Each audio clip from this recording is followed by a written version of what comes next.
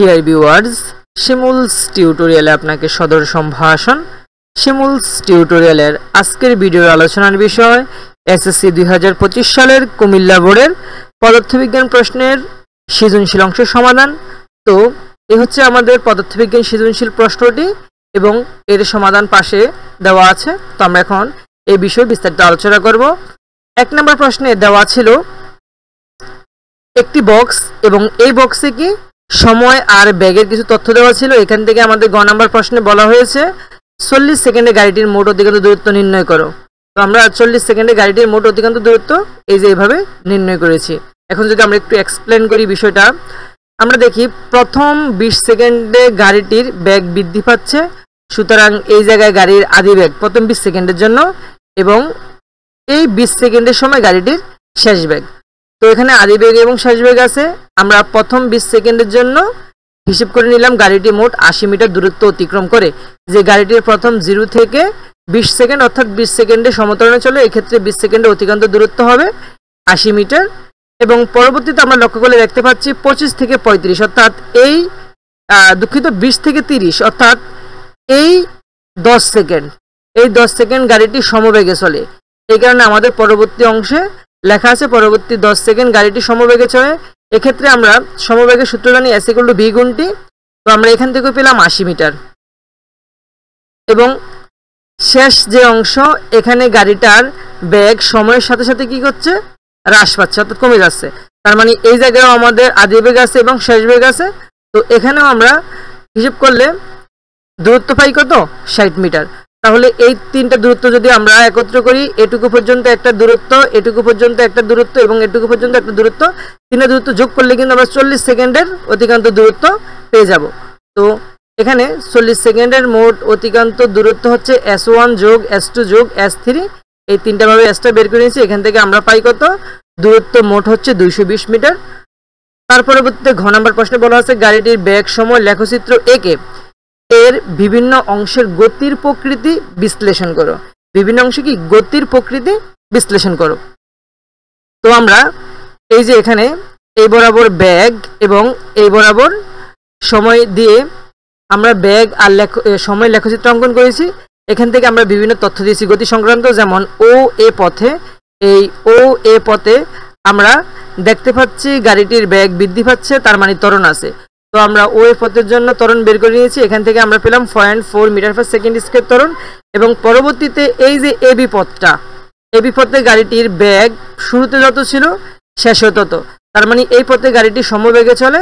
এই কারণে আমরা জানি সমবেগে গাড়ির ত্বরণ থাকে না, তাই লিখলাম ত্বরণ হচ্ছে 0 মিটার/সেকেন্ড²। এবং শেষ অংশে দেখতে পাচ্ছি গাড়িটি বি থেকে সি পথে বেগটা কমে যাচ্ছে, 8 থেকে কমে কত, 4 হয়ে গেল।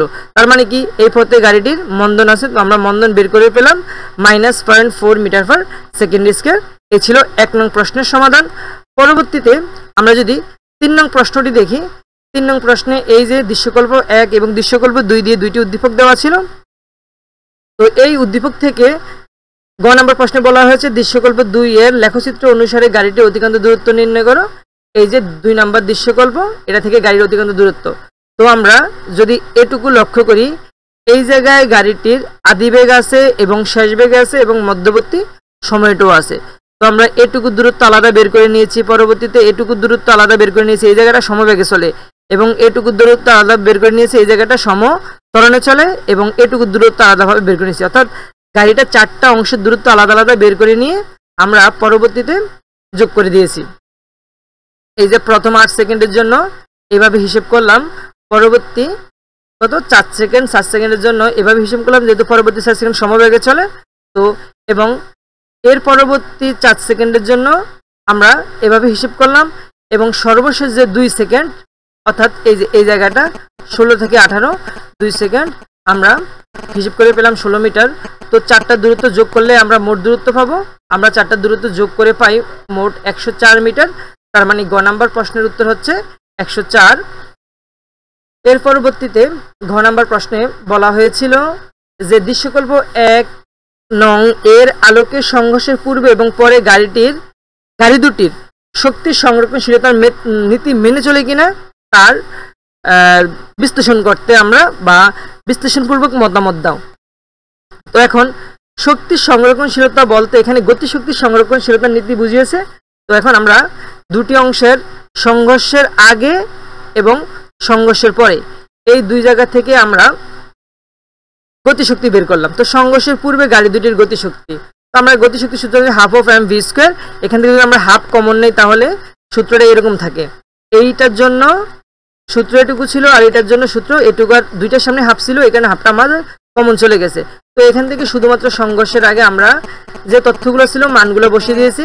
এখান থেকে আমরা m1 m2 মান বসিয়েছি এবং এখান থেকে u1 u2 মান বসিয়েছি। জাস্ট এটুকু কাজ। এখান থেকে আমরা পেলাম সংঘর্ষের আগে, এটা কোন ঘটনা? সংঘর্ষের আগে গতিশক্তি হচ্ছে এতটুকু এবং সংঘর্ষের পরে মিলিত বেগ। এই দুইটা গাড়ি যখন সংঘর্ষে লিপ্ত হয়, এই দুইটা গাড়ি যখন সংঘর্ষে লিপ্ত হয় তখন নিশ্চয়ই এদের একটা মিলিত বেগ আছে। তো আমরা মিলিত বেগের সূত্র জানি কি? মিলিত বেগের সূত্র জানি m1 u1 plus m2 u2 equal to m plus m2 into V. এখন একটু খেয়াল করি, এই জায়গায় আমরা কখনো কখনো মাইনাস দেখি, আবার কখনো কখনো প্লাস। এক্ষেত্রে হয়েছে কি, দুইটি গাড়ি যেহেতু একই দিক থেকে এসেছে, এই গাড়িটা চলার পথ কি এই দিক এবং এই গাড়িটা চলার পথ এই দিক, এই কারণে সূত্রের মাঝখানে প্লাস হয়েছে। যদি একটা গাড়ি চলার এই দিক পথ হতো এই দিক আর আরেকটা গাড়ি এই দিক, অর্থাৎ বিপরীতমুখী দুইটা গাড়ি হতো, সেক্ষেত্রে আমাদের এই সূত্রটায় একটি মাইনাস আসতো। কি আসতো? মাঝখানে একটি মাইনাস আসতো এবং যে কোনো একটা ব্যাগকে মাইনাস ধরতে হতো। তো এক্ষেত্রে যেহেতু গাড়ির দুইটি একই মুখী, এখানে আমরা এখান থেকে মিলিত বেগটা বের করে নিয়েছি। তো আমরা মিলিত বেগ পেলাম, অর্থাৎ সংঘর্ষ পরে দুইটি গাড়ি এই বেগে চলে যায় 51.428 সেকেন্ড মিটার পার সেকেন্ড, এই বেগে চলে যায়। তো এখান থেকে আমরা সংঘর্ষের পরে গাড়ি দুটির গতিশক্তি পেলাম যে আবার ঠিক আগের মতো ইকে সূত্র হচ্ছে half of M V square, half of M V square. তো প্রথম গাড়ির জন্য m1 আর প্রথম গাড়ির জন্য v1, যেহেতু মিলিত বেগ মানে দুইটার বেগের সমান, এই কারণে আমরা দুই জায়গাতেই বি রেখেছি। এর পরবর্তীতে শুধুমাত্র সংঘর্ষের পরের মানগুলো বসিয়ে দিয়েছি।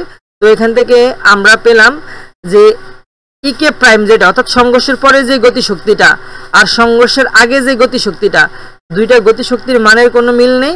যেহেতু মিল নেই, এখানে আমরা শেষোক্ত উক্তিটি করেছিলাম যে ইকে not equal to E K prime, অর্থাৎ সংঘর্ষের আগের গতিশক্তি এবং সংঘর্ষের পরের গতিশক্তি মিল নেই। তাহলে আমরা লিখতে পারি গাড়ি দুইটির গতিশক্তি সংরক্ষণশীলতার নীতি মেনে চলে না। তো এই ছিল আজকে সম্পূর্ণ ভিডিও দেখার জন্য সকলকে অনেক অনেক ধন্যবাদ। যারা আমার চ্যানেল নতুন এখন চ্যানেলটি সাবস্ক্রাইব করেনি তারা অবশ্যই চ্যানেলটি সাবস্ক্রাইব করবেন এবং পাশে থাকা বেল আইকনটি বাজিয়ে দেবেন। ধন্যবাদ।